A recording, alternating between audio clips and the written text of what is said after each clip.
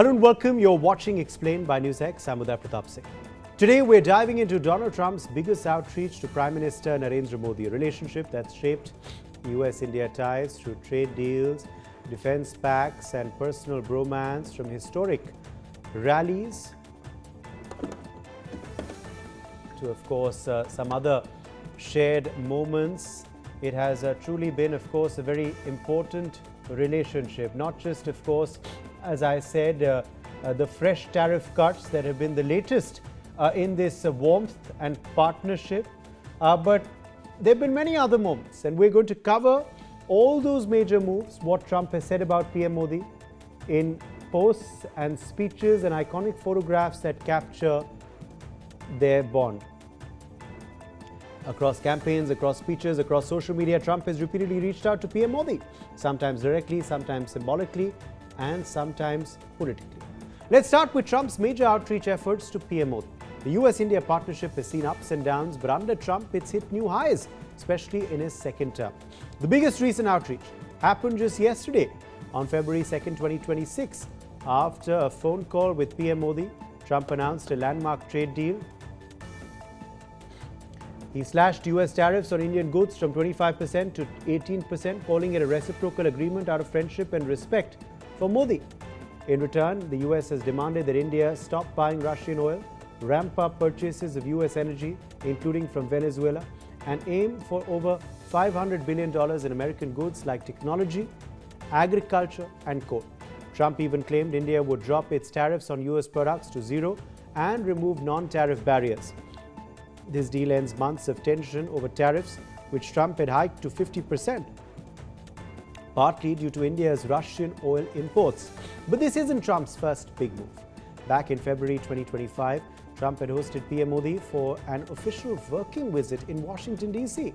They launched the US-India Compact, catalyzing opportunities for military partnerships, accelerated commerce and technology. A 21st century initiative to boost defense, trade and tech ties. They set Mission 500, aiming to double bilateral trade to $500 billion by 2030. Trump and PM Modi emphasized shared values like democracy, rule of law and pluralism, while committing to fight terrorism and enhance security. Flashback to Trump's first term, the 2019 Howdy Modi rally in Houston drew 50,000 people, where Trump praised PM Modi as one of the greatest leaders in the world. He invited PM Modi for large public events, not closed-door meetings, but mass spectacles. Then in 2020, during Trump's state visit to India, Trump addressed a massive crowd in Ahmedabad's Motera Stadium, the Namaste Trump event. They sealed deals on defense, including MH-60R helicopters and Apache choppers, elevating India to major defense partner status. The event was highlighted by carefully choreographed optics. For Trump, this was outreach beyond diplomacy. It was outreach to Indian American voters in the US and outreach to India as a rising power. These outreaches aren't just photo ops. They've led to deeper military cooperation, like joint exercises and tech transfers. Trump has consistently pushed India to counter China in the Indo-Pacific, while Modi has leveraged the relationship for economic gains. Amidst global volatility from Ukraine to Gaza, Trump even invited India to his proposed Board of Peace. This blend of personal rapport and strategic alignment makes it Trump's biggest Modi outreach yet. Trump's words on PM Modi follow a clear pattern. We break this into two parts. On social media, Trump repeatedly referred to PM Modi as a great leader, a strong man, a true friend. Trump often uses first-name familiarity. Narendra Modi, my friend Modi. In older posts, Trump has gushed over Modi. During the 2020 visit to India, he tweeted, "Just arrived in India with Melania. First official visit to India, look so forward to being with my great friend Narendra Modi." After the Howdy Modi event, he posted, "The Prime Minister and I have a lot in common. We're both very tough on trade." These posts highlight Trump's view of PM Modi as a strong deal-making leader. In speeches as well, Trump often praises PM Modi while mixing in tough talk on trade. At a recent House GOP retreat, he had revealed a private chat. "India ordered 68 Apaches and Prime Minister Modi came to see me. I have a very good relationship with him. He's not that happy with me because of the tariffs, quote unquote." Trump acknowledged the friction over 50% tariffs tied to Russian oil, but emphasized their bond. During the 2019 Howdy Modi rally, Trump had said, "Prime Minister Modi, you have done a fantastic job. India has never had a better friend than President Donald Trump." In 2020 at Namaste Trump, He declared under Prime Minister Modi, for the first time in history, every village in India has now access to electricity. He often calls Modi a great leader and tough negotiator. In a 2025 speech, Trump highlighted their strategic partnership. Modi and I are building the strongest US-India alliance ever against China for peace in the Indo-Pacific. Even amidst tariff spats, Trump said, "We have a great relationship," quote unquote. No story of Trump-Modi outreach is complete without the visuals. The photographs capture their chemistry from handshakes to huge crowds. Let's look at some iconic photos. First, a 2017 shot from their first White House meeting. PM Modi in a traditional bandgala, Trump in his signature suit, strolling the Rose Garden colonnade. It symbolizes the start of their bromance, two leaders walking side by side. Next, a 2025 Oval Office photo. PM Modi and Trump shaking hands amidst gilded decor with flags and aids in the background. This was during the compact launch, a moment of high-stakes diplomacy. Then, from the 2025 bilateral talks, Trump giving a thumbs up next to Modi, both seated in the Oval. Iconic photo from 2019, Howdy Modi. Trump and Modi holding hands, waving to the Houston crowd. Yellow vest for Modi, red tie for Trump. It was a pure spectacle. From Ahmedabad Stadium to DC's halls, these photos tell a story.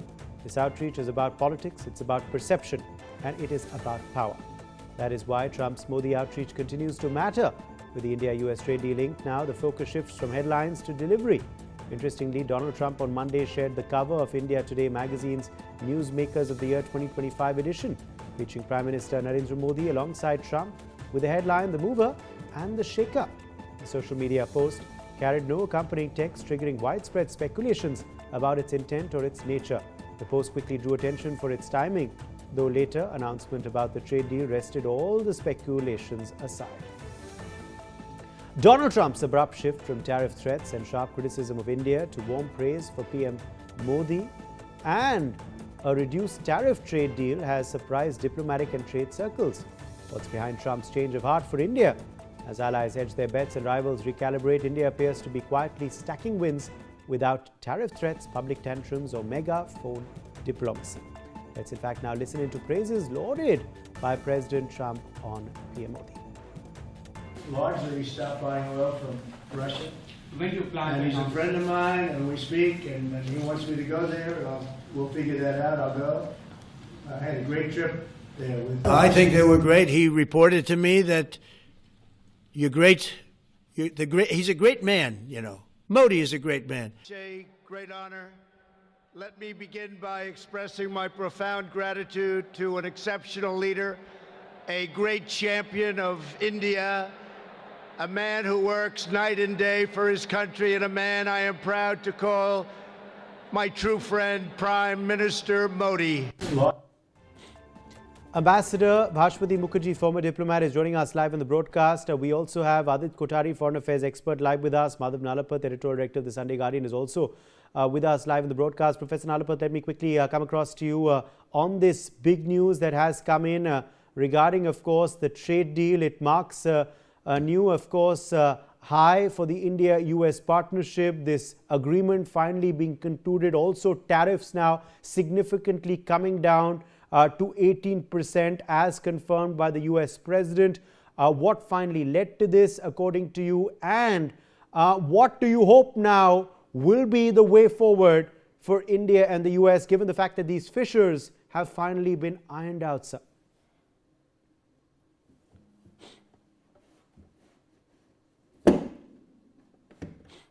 Professor Nalapat, are you able to hear me, sir? Yeah, I'm sorry. Yes, that was for you. Please go ahead. No, the point is that if you remember when we recalled Jaishankar's invitation, that is the invitation sent to India to attend the Rare Earth Summit held in Washington. And at that time, I was optimistic that this would be a harbinger of better things to come. And it turns out that that was correct. We have now this tariff deal. It is a good deal for both sides.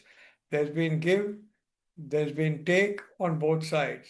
The red lines of India have not been crossed. Dairy farmers and agricultural producers the interests have not been compromised. At the same time, a lot of goods in India are going to become cheaper for export to the United States, and that's good news for India. And second thing is that we'll have some cheaper imports from the United States. You'll recall that the Prime Minister was hesitant to sign the initial trade deal offered to him. And in fact, that infuriated the Trump administration, and India saw a hailstorm of tariffs. But under Prime Minister Modi, India held its ground, and finally now we have a deal that both sides can be happy about. So I think I'm delighted about this happening, and I think this is a good harbinger for the future, because I had mentioned that frankly, one thing about the Trump administration is razor focused on China. And given that India is a very, very important strategic partner where China is concerned in the Indo-Pacific. So I was frankly, when I heard that India was invited to a rare earth summit and Minister Jaishankar was going, I was optimistic that the change is on the horizon, bigger change is on the horizon, although frankly I didn't know it was going to be that quick Yes. as a few hours later. So I'm happy it happened today, and the fact is it's good for India. You're right. It's good for India because it normalizes the situation You know, between India. we had struck that Thank you. very optimistic note. We had struck that very optimistic note just 24 hours ago on our channel, Professor Nalapat, while talking about S. Jaishankar's visit for that rare earth summit. But someone who was the most optimistic of all of us was Ambassador Bhashwati Mukherjee. In fact, she, in her analysis, had said that watch this space for more, and this is not just one step forward when I asked her if it is, but it is 10 steps forward. And lo and behold, just a few hours later, Ambassador Mukherjee, the deal was done. And a very, very positive statement came in from the US President and the Indian Prime Minister, and of course the US Ambassador to India too. What did you know that we didn't, Ambassador Mukherjee, and what do you make of this announcement that has finally come in and the implications this has for our two countries moving forward now? Well, Uday, I'm not an astrologer but a diplomat. But like Professor Nalapat, I stuck my neck out and said it is 10 steps forward, because the stalemate was actually hurting Trump more than us in a way, because China was taking advantage of the situation by trying to fix its relationship with us. And on the other hand, we had just signed this gigantic trade deal with the EU, which infuriated Trump. Some of his aides were not very diplomatic, used some pretty undiplomatic language about the India-EU FTA because they realized that the tariffs, actually, we should thank Mr. Trump for it, made the India's Commerce Ministry and business people understand that to be a great power, you have to learn to trade and give and take. And so look at the number of trade deals we've had since the tariffs with the UK, with Australia, but the one with the EU, that was what really shook the Trump administration. They understood that India was not going to bow and scrape. The Prime Minister withstood not only the pressure, he did it in a manner which actually should be written about in school books for diplomats. When it was not good to take a call, he did not take a call. When it was not good to speak back, he did not speak back. When it was good to send a message through back channels, he did that. This mineral summit, where Pakistan was not invited, because maybe somebody told President Trump that it belongs to Baluchistan, and the Baluchis will chop off the head of anybody who comes to take a single critical mineral from there against their wishes. This was a turning point. And to send EM was a great decision, because EM was an extremely successful ambassador in Washington. He knows everybody there from all parties. And as I said in that show, Uday, the trade deal was stitched and ready for signature. All it needed was for President Trump to smile and sign it. And he did that. and he said some pretty nice things. The one thing that he said, which we haven't confirmed, is that we've given an undertaking not to buy Russian oil. But we've certainly agreed to buy the heavy Venezuelan oil, which is very similar to Russian oil, because in our refineries in Jamnagar, etc., we can refine that oil. And then you know what, Uday? It would be very funny if we sell it back to the Europeans like we did with the Russian oil. What's to stop us? We're extremely good in business. We are the first nation as far as business is concerned. Does he think that he's the only transactional guy around? We are very transactional. We are very tough negotiators. We'll take the Venezuelan oil, we'll refine it, and we'll do what we want with it. That's it. So we've not said we're going to stop buying Russian oil, and Moscow has just given a furious press statement saying, no, there is no, this is completely wrong. That is very interesting. We've just kept quiet about it. That's it. Our Russian oil issue is our issue. What we do with Venezuelan oil, we've come clean on it. We're ready for it. And we are ready for some very big defense deals with the Americans so that we can beef up our defenses considering the state of our neighborhood. What is another very good thing, Uday, which has not been talked about, is that repairing fences with Trump in this manner means that the Americans hopefully will take the pressure off us on Bangladesh. Yes. Because Bangladesh, the elections are coming up, and if the Jamaat wins with American support, it will be a disaster for us. If we can get the pressure off, there'll be a lot of stuff, good stuff for us in the neighborhood, whether it's the Myanmar border or the chicken's neck or what's happening right now in Bangladesh, where the American ambassador had a very cozy meeting with the Jamaat guys. All this is going to be sorted out over the next 1 month. So it's very, very timely. It couldn't have come at a better time. And he's also said he's going to visit India, which means that we could have the Quad Summit over the next couple of months. And since it will be very warm, we'll take him to the mountains. We'll show him India. We'll show him the ocean. We'll show him the mountains. We'll show him what a great country it is. He will enjoy it because, in a way, he's a showman. But he does, whether he accepts it or not, he really did have a great visit in his first term. I covered it on your show, Uday, and I remember the Howdy Trump, and we covered it, you and I together. What a success. How delighted he was. How delighted his wife was. She was like over the moon. And she loved Indian fabrics, and she brought Indian clothes and stuff. If all that can come back to us, then these last 11 months should be like a national nightmare that we should put in the deepest part of our memory and put the delete button like you do in a computer and move on. But I actually am delighted that my what I said here, and a lot of people heard me and said, hey, you're going over the moon or what? And then today they messaged me saying, you were right. Yes. And the tariffs, the 18% tariffs is nothing. We have they have a huge trade deficit with us. It's a win-win situation because we've learned how to compromise.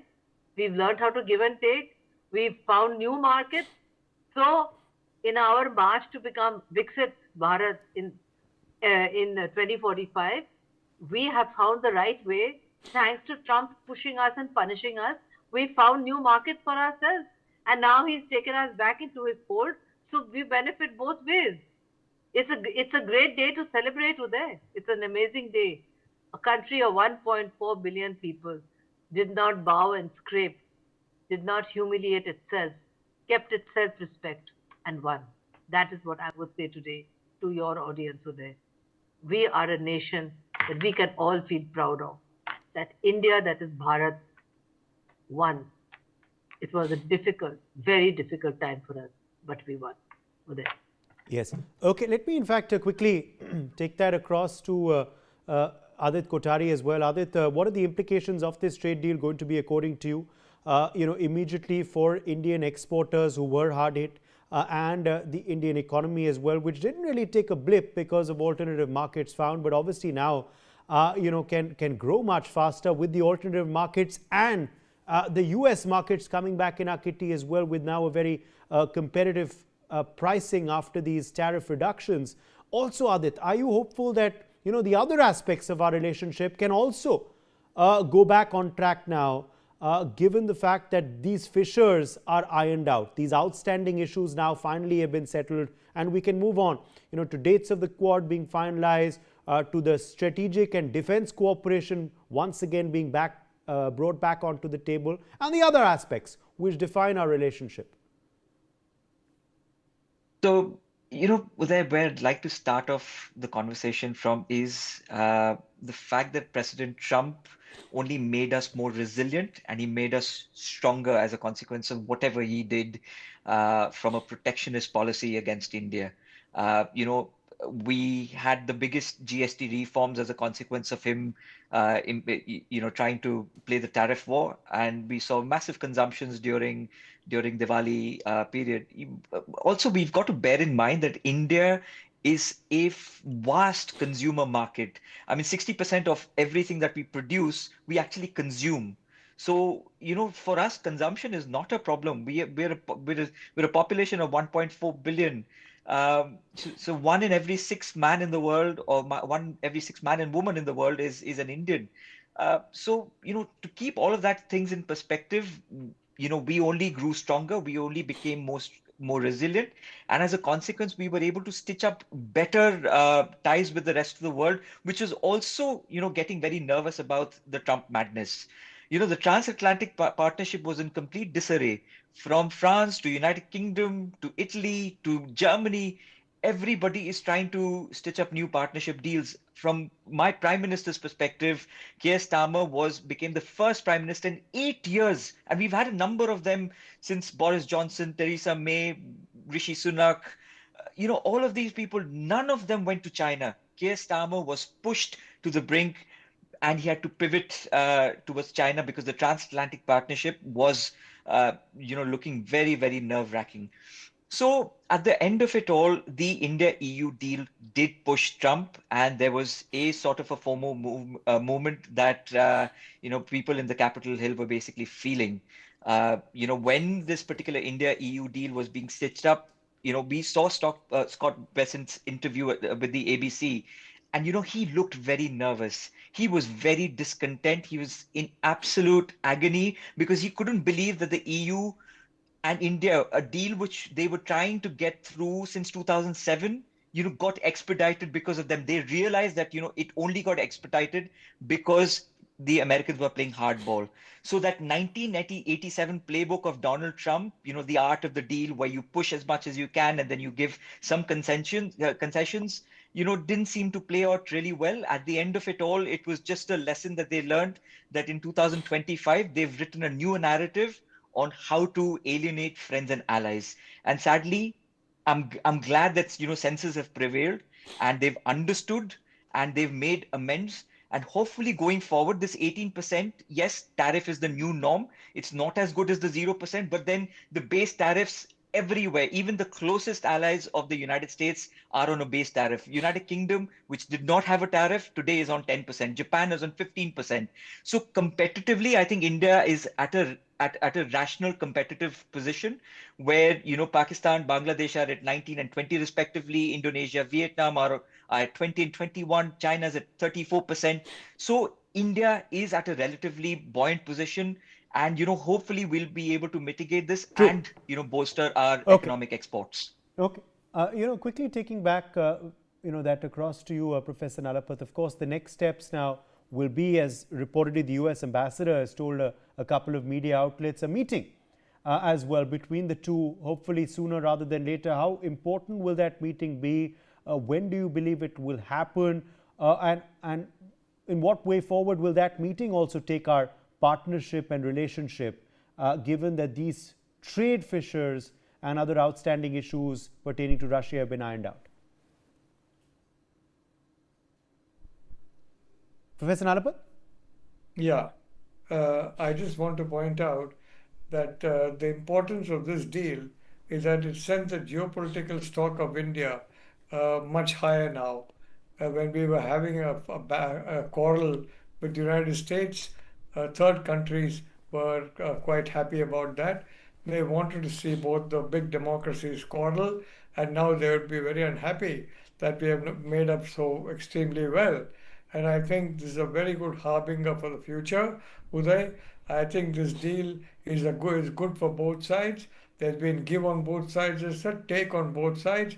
But the important thing is India has been recognized as a major player and a player that cannot be ignored. So I think on the whole, this is very good news for the brand Bharat. And I would like to congratulate both President Trump and Prime Minister Modi for the foresight and wisdom they've shown in ensuring that such a trade deal takes place and that it takes place on terms that are acceptable to both parties. Thank you, Uday.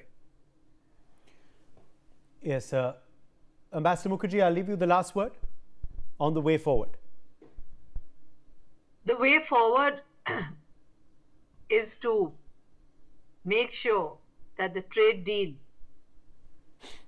is implemented ASAP so that the Americans don't think we've taken them for a ride while guarding our fundamental interests, that we continue the strategic dialogue at the highest level, that we persuade him to come for the Quad Summit over the next couple of months, that we assure him of our support, steadfast support for a rule-based order in the Indo-Pacific, that we assure him that we have always said that the American relationship with India is special. It's a strategic partnership that never changed even during the height of his tantrums. Of course, we're not going to tell him that.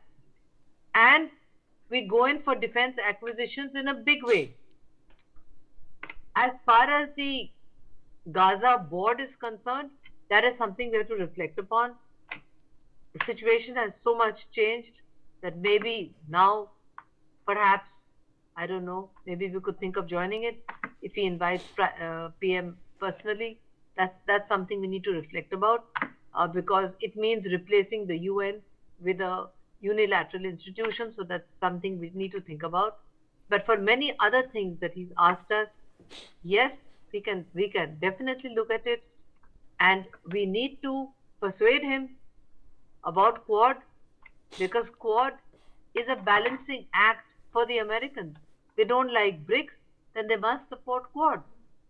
And to support Quad, they have to support India because we are the host. So these are the issues which we will take forward. The way forward for me now, Uday, is Trump's visit to India, a highly successful visit.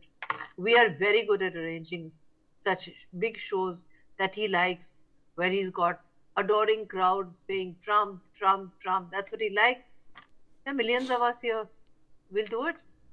If it means pushing brand Bharat, that's a very small thing to do for our country. We'll do it. And you and I, along with Professor Nalapat, will be in a show together, I hope, when he will be here and we'll be analyzing what a successful visit it's been. Indeed. Then you will say, Uday, ma'am, you're not a diplomat, you're an astronomer. Okay. Thank you for having me. Absolutely. We hope for that sooner rather than later. Thank you all very much for joining us on the broadcast on NewsX with your perspectives. Also, more breaking news coming in this hour.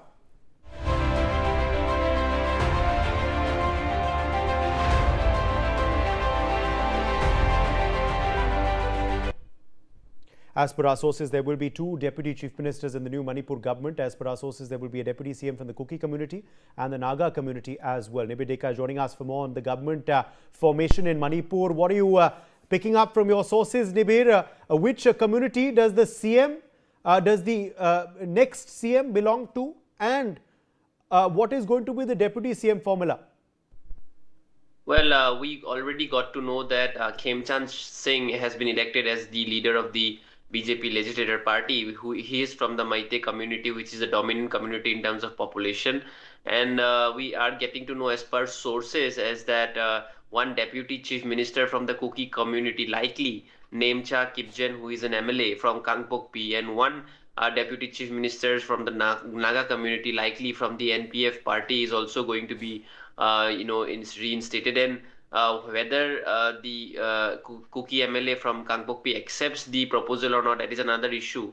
But we are getting to know that there will be two deputy CMs as per sources, and also the home portfolio will be with Govind Das, who is a veteran BJP leader and also a very senior leader, who is likely to be getting the home portfolio. So these are some of the updates that we have so far received, but all of these are speculations. But we'll be getting to know more about this as the developments further proceed.